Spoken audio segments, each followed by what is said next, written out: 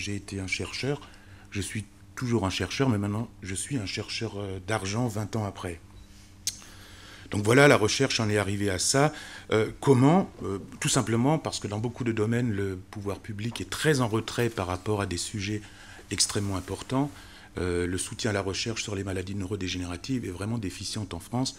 Donc on va en voir quelques exemples. Donc ça, c'est déjà un premier argument qui justifie l'existence, pleinement l'existence de fondations comme celle de M. Thierry Latran. Alors si vous en êtes d'accord, on va parler rapidement d'un peu d'histoire, je ne serai pas très long. On va parler d'investissement, oui, d'investissement un peu, et on va aussi parler un peu de recherche. Alors pour l'histoire, je rappelle des choses qui sont sans doute connues de tout le monde ici. La sclérose latérale amyotrophique a été décrite par un chercheur, un neurologue français au XVIIIe siècle. Il s'agit de Jean-Martin Charcot, donc c'est papier Princeps, cette description date de 1869, comme vous pouvez le voir. Donc la SLA, aussi appelée maladie de Charcot. Les Américains, qui sont toujours un peu en retard sur certaines choses, ont redécouvert cette maladie dans les années 50 et l'ont appelée Lou Gehrig, du nom d'un sportif américain. Donc Lou Gehrig, maladie de Charcot et sclérose latérale amyotrophique, c'est strictement la même chose. Alors, qu'est-ce que nous en savons très rapidement, donc décrite en 1869. À l'heure actuelle, il n'existe pas de traitement. On aurait pu s'attendre à ce que 100 ans après, ou 150 ans après cette description, on dispose au moins de marqueurs de cette pathologie qui facilitent le diagnostic. Et nous allons voir que, effectivement, le diagnostic est un grand problème pour cette pathologie.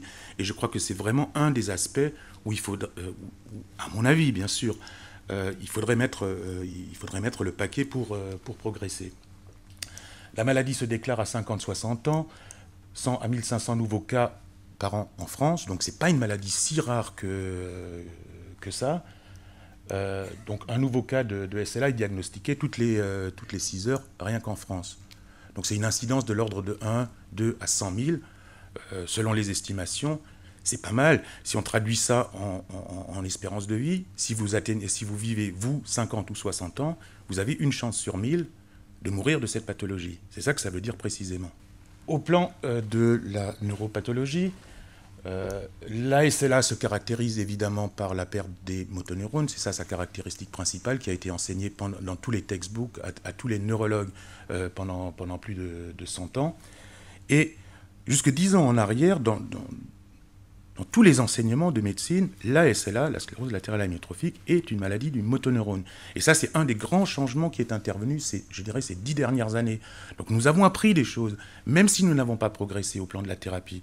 Nous savons maintenant que ce n'est pas une maladie strictement du motoneurone, mais que c'est une maladie systémique, c'est une maladie qui implique de nombreuses cellules, de nombreux tissus, et en plus, entre autres, le métabolisme énergétique. Donc je vous ai représenté ici le système moteur, les neurones moteurs centraux et de la moelle épinière qui vont flancher et conduire à la paralysie musculaire.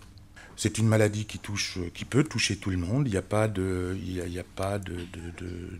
préférence pour des catégories, pour des populations, pour des ethnies particulières. Je ne parle évidemment pas de maladies reliées à la SLA comme le syndrome de Guam, qui est lié clairement à l'absorption de toxines et qui présente beaucoup d'aspects de cette SLA. D'ailleurs, pendant très longtemps, on pensait que ce serait la solution pour progresser dans la compréhension de cette pathologie. Alors, je vous ai représenté un certain nombre de cas célèbres. Stephen Hawking, qui présente une SLA très très atypique, puisque ça fait 20 ans maintenant que ce chercheur éminent, prix Nobel de physique, continue de travailler malgré son handicap. Lou Gehrig, dont on a parlé avant, et qui a permis aux Américains de renommer cette pathologie, des pianistes, des acteurs. Que savons-nous de plus? C'est une maladie qui est également liée à l'âge. C'est le premier facteur. Ça veut dire qu'avec la progression de l'âge de la population, on peut prédire qu'en absence de progrès dans la thérapie, nous allons avoir une augmentation tout à fait significative des cas de SLA dans les décennies à venir. Donc, les médecins ne savent pas où aller, les chercheurs ne savent pas où aller pour l'instant. Là, il n'y a aucune différence. On apprend énormément sur la pathologie, Mais il est clair que c'est dans la recherche que se situe une possible percée dans ce domaine. Donc il faut investir dans la recherche.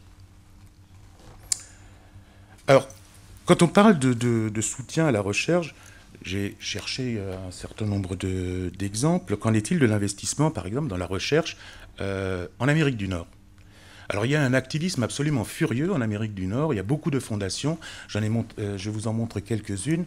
Donc, le budget dédié à la recherche dans ces, dans ces différentes fondations ou centres est donné en millions de dollars. La plus connue, sans doute, est l'Alsace, c'est l'Association américaine de lutte contre la SLA. Il y a le Centre Packard qui distribue aussi chaque année 15 millions de dollars dédiés à la recherche, principalement sur le domaine nord-américain. Et il y a un centre près de Boston qui est dédié à la recherche préclinique sur cette pathologie.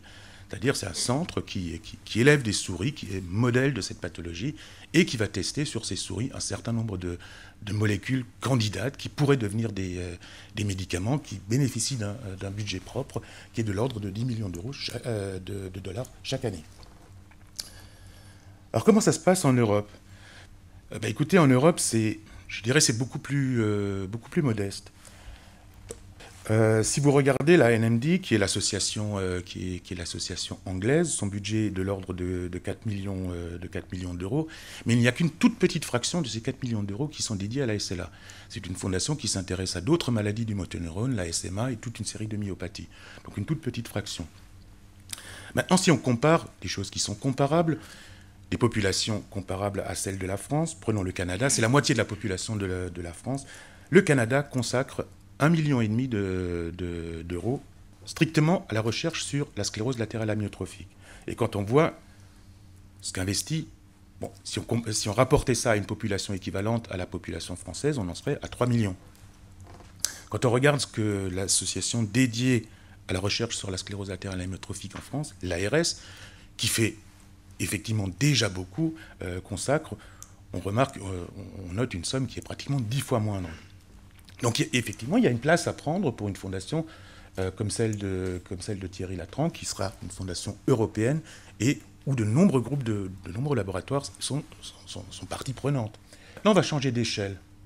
Regardez ici les investissements ou la mobilisation d'argent de l'AFM qui se consacre aux maladies neurologiques génétiques, et le budget de l'INCa, qui est l'Institut national du cancer. On change d'échelle puisqu'on raisonne ici en centaines de millions. Alors ce n'est pas pour vous dire qu'il faudrait investir cet argent ailleurs. C'est simplement pour vous montrer qu'à l'échelle de la nation, qu'à l'échelle d'un continent, il y a une relation entre l'investissement financier et les retombées de la recherche. Ce n'est pas vrai au niveau d'un chercheur individuel. Jamais je ne prétendrai que si vous donnez 2 fois plus d'argent à un seul chercheur, il sera 2 fois plus efficace. Ça c'est faux. Ça c'est faux. Mais regardez, l'AFM, qui a commencé il y a 20 ans à investir massivement dans la recherche de la thérapie génique, en est maintenant à ses essais précliniques et cliniques de thérapie de la SMA.